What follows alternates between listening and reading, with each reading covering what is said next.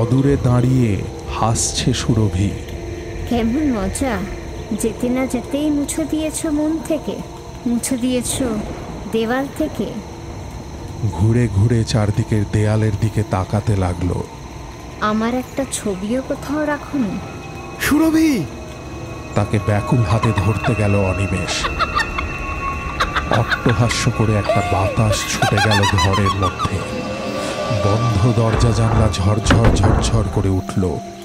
সিঁড়িতে শোনা গেল নেমে যাবার পায়ের শব্দ। ঔষুনুর নিবেদনে আপনারা শুনছেন বাংলা সাহিত্যের কয়েকটি বিখ্যাত অলৌকিক এবং অতি প্রাকৃত গল্পের সম্ভার। আজকের গল্প রক্তের ফোঁটা। রচনা অচিন্ত কুমার সেনগুপ্ত। প্রযোজনায় অরেঞ্জ পাবলিশার্স।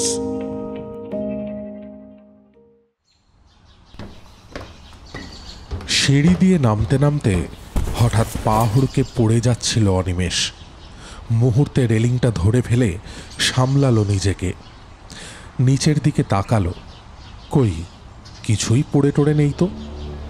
কলার খোসা, আমের চোকলা, নারকেলের ছোবড়া কিছু নেই তো। জলও তো নেই এক ফোঁটা। শুকনো খটখটে সিঁড়ি। জুতোর তলাটাও দেখলো একবার, সেখানেও কিছু লেগে নেই। মনে মনে হাসলো অনিমেষ। খুব তাড়াতাড়ি করছিল বলেই হয়তো পা বেচাল হয়ে পড়েছিল, ছন্দ রাখতে পারেনি ঠিক মতো। চোখের পলকে কি দুর্ঘটনাই না হতে পারত। ভাঙতে পারত হাড়গোড়, মাথা, মেরুদণ্ড। এতক্ষণে তাহলে রেল স্টেশনের পথে না হয়ে হাসপাতালের পথে, ট্যাক্সিতে না হয়ে অ্যাম্বুলেন্সে। সত্যি এক চুলের ফারাক, একটা সুতোর এদিক ওদিক। এত তাড়াহুড়োর কোনো মানে হয় না। অনিমেষের এখন বয়স হয়েছে, তার ধীর স্থির হওয়া উচিত। কিন্তু কি আশ্চর্য, ঠিক সময় সমর্থ হাতে রেলিংটা ধরে ফেলতে পারল। ঠিক অত দূরে রেলিং পড়বার সময় হাতের হিসেব থাকলো কি করে? মনে হলো কে যেন হাতের কাছে রেলিংটা এগিয়ে এনে দিয়েছে।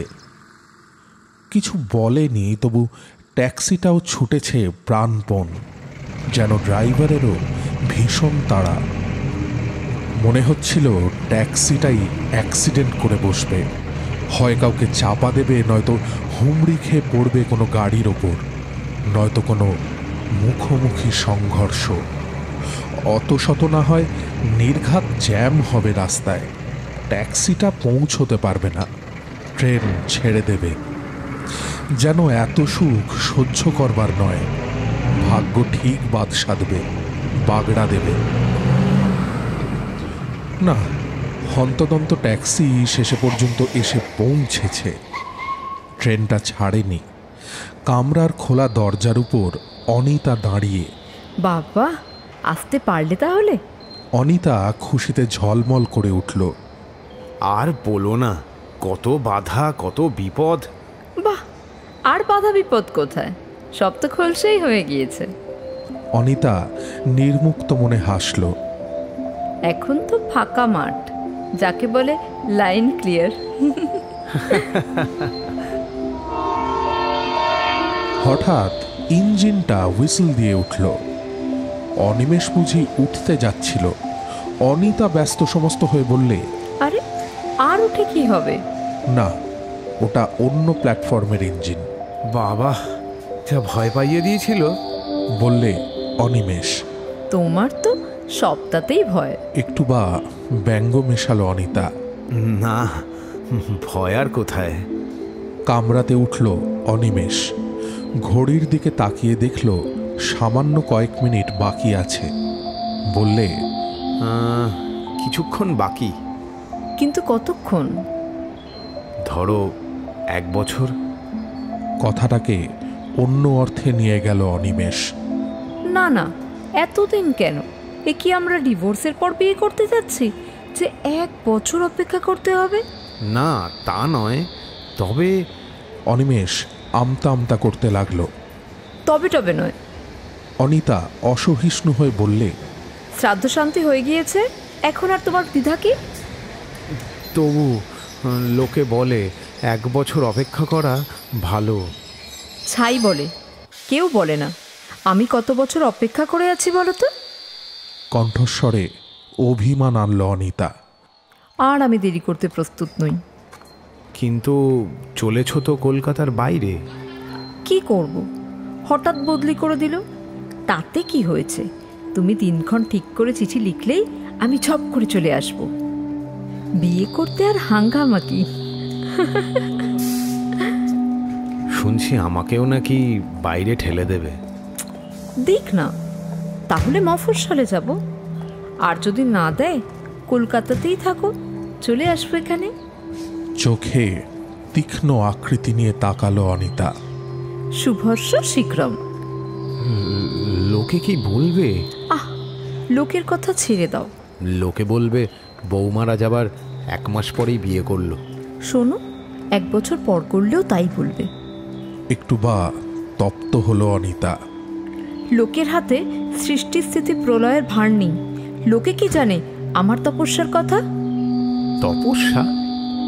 হ্যাঁ, প্রতীক্ষা আর প্রার্থনাই তপস্যা। অনিতা ঘড়ির দিকে তাকালো। তোমার বিয়ের প্রায় 2 বছর পর আমাদের দেখা। তুমি আমাকে বললে তুমি আমার পরম হয়ে এলে, তো প্রথম হয়ে এলে না কেন? সেই থেকেই প্রার্থনা করছি, প্রতীক্ষাও করে আছি। কবে সে চরম দিন আসবে, কবে পথ পরিষ্কার হবে। 3 বছরের পর সে সুযোগ আজ এলো। এই 3 বছরে সমানে আকাঙ্ক্ষা করে এসেছি আমাদের স্বাধীনতা। অর্থাৎ গত 3 বছর ধরেই অনিতা সুরভির মৃত্যু কামনা করে এসেছে। বুকের মধ্যে একটা ঘা মারার শব্দ শুনল অনিমেষ। সে শব্দ কি তারও আকাঙ্ক্ষার প্রতিধ্বনি? না, তা কি করে হয়? সুরভি বেঁচে ছিল বলেই তো অনিতার প্রতি তার আকর্ষণ এত জ্বলন্ত ছিল, জীবন্ত ছিল। সুরভি আজ বেঁচে নেই, তাই কি অনিতাও আজ স্তিমিত, নিষ্প্রভ? একই ট্রেন ছাড়ছে না কেন? সময় কখন হয়ে গেছে তবু ছাড়বার নাম নেই। ছাড়বার ঘন্টা পড়লেই তো অনিমেষ নেমে যেতে পারে, রুমাল নেড়ে দিতে পারে বিদায়। কি একটা গোলমালে ট্রেনটা থেমে আছে, ছাড়ছে না। দীর্ঘতর হচ্ছে এই নিষ্ফল সান্নিধ্য। সব ট্রেনই ছাড়ে, ছেড়ে যায়। শেষ পর্যন্ত অনিতারটাও ছাড়ল। নামতে গিয়ে অনিমেষ কি আবার পড়ল নাকি পাহাড়কে? না, সে অত অপগণ্ড নয়। তার পায়ের নিচে মোলায়েম প্ল্যাটফর্ম কে ঠিক পৌঁছে দিয়েছে। মফস্বলে বদলি হয়ে এসেছে অনিমেষ। ভালোই হয়েছে, বদল হয়েছে পরিবেশের। মেঝেতে পায়ে পায়ে আলতার দাগ ফেলা নেই, নেই আর স্মৃতির রক্তাক্ত কণ্টক। ছোট ছাদওয়ালা বাড়ি, উপরে 2খানা মোটে ঘর, একটা শোবার আরেকটা বসবার, নিচে বাবুর্চি চাকর। এর চেয়ে আরও ছোট হলে চলে কি করে? তবু অনিমেষের যেন কিরকম ফাঁকা ফাঁকা লাগে। এদিক ওদিক প্রতিবেশীদের বাড়িঘরগুলো কেমন দূর দূর মনে হয়। মনে হয় বাড়িটাকে ঘিরে যেন অনেক গাছপালা, অনেক হাওয়া, অনেক অন্ধকার। গাড়ি ঘোড়ার আওয়াজ অনেক পর পর শোনা যায়। ফেরিওয়ালারা এদিকে কম আসে, অথচ নদী কত দূরে। মধ্যরাত্রে একটু হাওয়া উঠলেই শোনা যায় গোঙানি। কাজে কর্মে লোকজন আসে, কিন্তু তাদেরও আসা মানেই হচ্ছে চলে যাওয়া।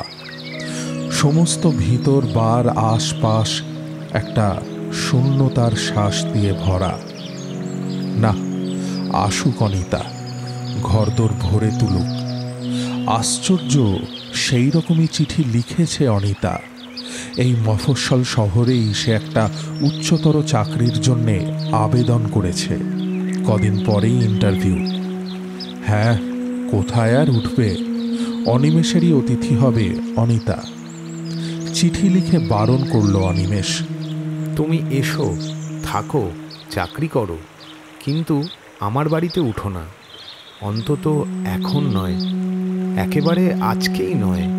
জানোই তো আমার বাড়িতে মেয়ে ছেলে কেউ নেই, তোমার অসুবিধে হবে। তাছাড়া আমি দুর্বার, একা। আগে অধিষ্ঠিত হও, পরে প্রতিষ্ঠিত হবে। পাল্টা জবাব দিল অনিতা প্রায় তিরস্কারের ভঙ্গিতে। লিখলে, আমি একজন সম্ভ্রান্ত পদস্থ শিক্ষিকা। একটা চাকরির সম্পর্কেই তোমার কাছে একদিনের সাময়িক আশ্রয় চেয়েছি, অন্য কোনো উদ্দেশ্য নয়। আর নিজেকে এত দুর্বার বলে স্পর্ধা করো না। ভাববে আমার প্রতিরোধ দুঃসাধ্য, অন্তত যতক্ষণ আমি সম্ভ্রান্ত পদস্থ শিক্ষিকা। না না, তুমি এসো, ঝগড়াঝাটির কি দরকার? তুমি এলে কত গল্প করা যাবে, কত হাসা যাবে মন খুলে, স্তব্ধতাকেও কত মনে হবে রমণীয়। আজ সন্ধ্যের ট্রেনে আসবে অনিতা, শুধু রাতটুকু থাকবে। কাল সকালে ইন্টারভিউ দিয়েই দুপুরের ট্রেনে ফিরে যাবে নিজের জায়গায়। সকাল থেকেই মেঘ মেঘ, বৃষ্টি আর বৃষ্টি। দুপুরে ঘন ঘোর করে বর্ষা নেমেছে। সন্ধ্যের দিকে তোড়টা কমলেও হাওয়াটা পড়েনি, চলেছে জোলো হাওয়ার ঝাপটা। স্টেশনে এসে অনিমেষ শুনল গাড়ি 3 ঘন্টার উপর লেট। ভীষণ দমে গেল শুনে। বাইরে দুর্যোগ থাকলেও অন্তরে বুঝি একটা আগুনের ভাণ্ড ছিল, সেটা নিভে গেল ধুঁইয়ে ধুঁইয়ে। রাস্তায় জনমানব নেই, দোকানপাট বন্ধ, শুধু একলা এক পথহারা হাওয়া এলোমেলো ঘুরে বেড়াচ্ছে। সাইকেল রিক্সা করে বাড়ি ফিরল অনিমেষ। সিঁড়ি দিয়ে উপরে উঠে দেখল, এ কি, তার শোবার ঘরে আলো জ্বলছে, দরজা তালাবন্ধ। হাওয়ার দাপটে দরজার পাল্লা দুটো ফাঁক হয়েছে, তার মধ্য দিয়ে দেখা যাচ্ছে আলো। তবে কি ঘর বন্ধ করে বেরুবার আগে ভুলে সুইচটা অন করে রেখেছিল? তাই হবে, নইলে আলো জ্বলে কি করে? পথে আসতে দেখছিল, স্টেশনেও তাই। ঝড়ের উৎপাতে সারা শহরের কারেন্ট অফ হয়ে গিয়েছিল। কে জানে, কারেন্ট হয়তো ফিরে এসেছে এতক্ষণে। বারান্দার সুইচটা টিপল, আলো জ্বলল না। হয়তো বারান্দার বাল্বটা ফিউজ হয়ে গিয়েছে। দরজার তালা খুলে ঘরে ঢুকতেই ঘরে আর আলো নেই। মুখস্থ জায়গায় হাত রেখে সুইচ পেল অনিমেষ। সুইচ টিপল, আলো জ্বলল না। না, আসেনি কারেন্ট, কিংবা এসে এখন আবার অফ হয়েছে। হাতের টর্চ টিপল অনিমেষ। মনে হলো ঘরের মধ্যে অন্ধকার যেন নড়ছে চড়ছে, ঘোরাঘুরি করছে। অন্ধকার কোথায়? একটা লোক। কে ওখানে? ভয়ার্ত চিৎকার করে উঠল অনিমেষ। দরজা খোলা পেয়ে লোকটা পালিয়ে গেল বুঝি। অনিমেষ প্রবল শক্তিতে দরজা বন্ধ করল। প্রায় কারেন্ট বন্ধ হয় বলে ক্যান্ডেল আর দেশলাই হাতের কাছে মজুত রাখে, তাই জ্বালালো এখন। হোক মৃদু, একটা স্থির অবিচ্ছিন্ন আলো দরকার। কই, লোকটা যায়নি তো। খাটের বাজু ধরে চুপ করে দাঁড়িয়ে আছে। একে একটা বোবা আতঙ্ক অনিমেষের গলা টিপে ধরল। এ যে সুরভি। পরনে কস্তাপাড় শাড়ি, সিঁথিতে ডগডগে সিঁদুর, খালি পায়ে টুকটুকে আলতা, ঠোঁট দুখানি চুনে খয়েরে রঙিন করা। সুরভি ডান হাতের তর্জনী তার ঠোঁটের উপর রাখল, যেন ইঙ্গিত করল অনিমেষ যেন না চেঁচায়, না কথা বলে। তারপর আস্তে আস্তে হেঁটে হেঁটে দেয়ালের দিকে সরে গেল সুরভি। সরে গেল যেখানে একটা ক্যালেন্ডার ঝুলছে। একটা তারিখের ওপর আঙুল রাখল। দুই চোখে ক্রুদ্ধ ভর্ৎসনা পুড়ে তাকালো অনিমেষের দিকে। সেই চিহ্নিত তারিখে টর্চের আলো ফেলল অনিমেষ। দেখল আঙুলের ডগায় করে এক ফোঁটা রক্তের দাগ রেখেছে তারিখে। কোন তারিখ? এ তো আজকের তারিখ, বাংলা 28শে আষাঢ়, বৃহস্পতিবার। 28শে আষাঢ় কি? 28শে আষাঢ় অনিমেষ সুরভির বিয়ের দিন। একদম ভুলে গিয়েছিল।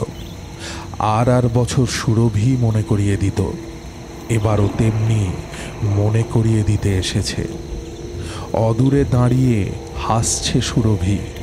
কেমন মজা, যেতে না যেতেই মুছে দিয়েছ মন থেকে, মুছে দিয়েছ দেওয়াল থেকে। ঘুরে ঘুরে চারদিকের দেয়ালের দিকে তাকাতে লাগলো। আমার একটা ছবিও কোথাও রাখুনি? সুরভি! তাকে ব্যাকুল হাতে ধরতে গেল অনিমেষ। অট্টহাস্য করে একটা বাতাস ছুটে গেল ঘরের মধ্যে। বন্ধ দরজা জানলা ঝরঝর ঝরঝর করে উঠল। সিঁড়িতে শোনা গেল নেমে যাবার পায়ের শব্দ। শুধু যেন সুরভি একা নয়, তার সঙ্গে আছে আরো অনেকে। একসঙ্গে নেমে যাচ্ছে, কেবল নেমে যাচ্ছে। ভারী পায়ে, ক্লান্ত পায়ে নেমে যাচ্ছে। ভয়ে আপাতমস্তক ঘেমে উঠল অনিমেষ। হঠাৎ আলো জ্বলে উঠল। মনে হলো এ আলো নয়, কি যেন সহসা হেসে উঠেছে খিলখিল করে। তাড়াতাড়ি অল্প স্বল্প খেয়ে শুয়ে পড়ল অনিমেষ। টর্চ, ছাতি, ওয়াটারপ্রুফ দিয়ে চাকরকে পাঠালো স্টেশনে। যত টাকা লাগুক যেন রিক্সা ঠিক রাখে, যত দেরি হোক ঠিক মতো আসতে পারে যেন অনিতা। ঘড়িতে রাত বেশি হয়নি, কিন্তু মনে হচ্ছে যেন অনন্ত রাত। গাছগাছালির মধ্যে বাড়িটাকে মনে হচ্ছে যেন রুদ্ধশ্বাস কবরের স্তূপ। কেবল বাতাসের হাহা, ডালপালার কাতরতা। বিছানায় জেগে বই পড়ছে অনিমেষ। জাগ্রত সমর্থ বন্ধুর মতো আলোটা রয়েছে চোখের উপর। দরজায় কে আঙুলের শব্দ করল। চমকে উঠল অনিমেষ। নিশ্চয় মানুষ। অন্য কেউ হলে আলো নিভে যেত, হাওয়া উঠে দরজা জানলা কাঁপাতো, সিঁড়িতে পায়ের শব্দ হতো, নয়তো কুকুর কোথাও কাঁদত মরা কান্না। মানুষ বলেই বারান্দার আলোটাও নেবেনি। ভয়ের জন্যে লজ্জা হতে লাগলো অনিমেষের। বালিশের নিচে হাত দিয়ে রিভলভারটা একবার অনুভব করলো। ধীরে ধীরে খুলে দিল দরজা। এ কি অনিতা, তুমি? উফ, কি ভীষণ লেট তোমাদের গাড়ি। আর তারপর যা জঘন্য বৃষ্টি। তোমার জন্যে স্টেশনে চাকর পাঠিয়েছিলাম, সে কোথায়? কই, কারোর সাথে দেখা হয়নি তো, একাই চলে এলাম। ঘরের মধ্যে ঢুকে পড়ল অনিতা। আর তোমার মালপত্র কোথায়? সব স্টেশনে পড়ে আছে। শোনো, আমি ভীষণ ক্লান্ত, এক গ্লাস জল খাবো। টেবিলের উপর ঢাকা গ্লাসে জল ছিল, তাই ঢকঢক করে খেয়ে নিল অনিতা। বললে, শোবার জায়গা করেছো কোথায়? পাশের ঘরে। আমি যাই, শুয়ে পড়ি গে, দাঁড়াতে পারছি না। ম্লান রেখায় হাসল অনিতা। ভীষণ ঘুম পেয়েছে। বাহ, সে কি, খাবে না? না, পথে অনেক খাওয়া হয়েছে। আচ্ছা, আসি। পাশের ঘরে গিয়ে দ্রুত হাতে দরজায় খিল চাপালো অনিতা। তবু দরজায় মুখ রেখে বলল অনিমেষ, ঘরের আলোটা জেলে রেখো, আর দেখো নতুন জায়গায় যেন ভয় পেও না। ভয় পেলে আমাকে ডেকো। অনিতার যেন আর কিছুতে ভয় নেই, তার বুঝি অনিমেষকেই ভয়। কেন কেন দুজনে আজ ঝড়ের রাতে একসঙ্গে এক ঘরে থাকবে না? থাকলে জীবন্ত লোকের সংস্পর্শে পরস্পরের আর ভয় থাকতো না। আর যে ভয়ের কথা অনিতা ভেবেছে, সে যে কত অবাস্তব গায়ের উত্তাপে বুঝিয়ে দিত। তখন কত রাত কে জানে। দুঘরের মাঝের দরজায় টুক করে একটা শব্দ হলো। সে শব্দ স্পষ্ট চিনল অনিমেষ। সেটা খিল খোলার শব্দ। রুদ্ধ নিঃশ্বাসে বিছানায় বসে রইল অনিমেষ। কই অনিতা এলো না এ ঘরে? না, অনিমেষকেই ডাকছে অনিতা। এক নির্জনতা ডাকছে এক নিঃসঙ্গতাকে, এক ভয় আরেক ভয়কে। পা টিপে টিপে অনিমেষকেই উঠতে হলো। খোলা দরজায় ঠেলা দিয়ে ঢুকলো ঘরে। দেখলো, আলোতে দেখলো, এ কি অনিতা কোথায়? তার বদলে খাটে পাতা বিছানায় বিলোল ভঙ্গিতে সুরভি শুয়ে আছে। অনিতা, অনিতা কোথায়? চিৎকার করে উঠল অনিমেষ। টলে পড়ে গেল মাটিতে। পরদিন সকালে হাসপাতালে অনিমেষের জ্ঞান হলো। একটু সুস্থ হলে শুনল গতরাত্রে ট্রেন অ্যাক্সিডেন্টে অনিতা মারা গেছে।